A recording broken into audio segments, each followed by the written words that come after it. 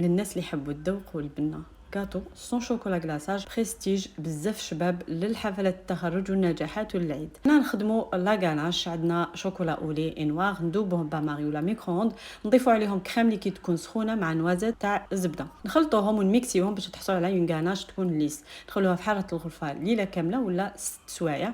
هنا نوجدوا لا بات صابلي، عندنا زبده سكر غلاس وحبه بيض، نضربوهم حتى يولوا لنا بوماد، ونزيدوا كاكاو مايزينا وبودره داموند اللي عندكم، نزيدوا رشه خميره على راس مغرفه صغيره مع لا فارين حتى نحصلوا على عجينه تكون طريه. نخليوها 20 مينوت في الريفريجيراتور، وما نجيبوا لي مول اللي نديروا عندكم لي تارتولات ولا اي مول عندكم. انا درت تاع المهراز، سخنت لو فوغ على 180 درجه، طابوا مده 1 كاردور. كي خرجتهم خليتهم يبردوا مليح، وما جوست ندير الفوغاج هنا كيما حبيتو، ديروا طوفيا نيسلي، انا درت كراميل بورسالي، راني بارطاجيت معكم لا روسيت، روحوا شوفوها. درت الجوز ولا اي مكسرات تحبوهم، وتبوشيو بلا غاناش دي غوزات هكا، وتزينوهم بدي نوازات مكسرات اللي عندكم ولا ترانسفير تاع نجاح اللي عندهم مناسبات سعيده. ان شاء الله تكون عجبتكم.